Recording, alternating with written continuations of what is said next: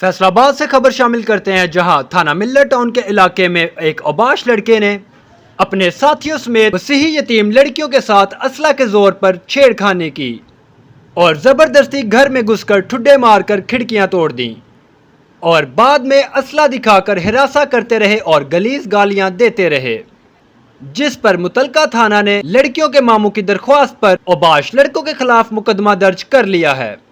तफसीलात के मुताबिक थाना मिल्लर टाउन के इलाके में औबाश लड़के अरफान जट नामी शख्स ने अपने साथियों समेत यतीम दो बहनों के साथ छेड़खानी की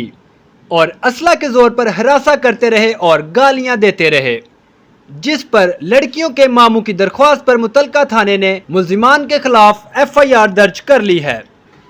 औबाश लड़कों ने जबरदस्ती मसीही लड़कियों के घर में घुसकर उनके बाल खींचे, उन्हें असला के जोर पर धमकाते रहे और गालियां बकते रहे।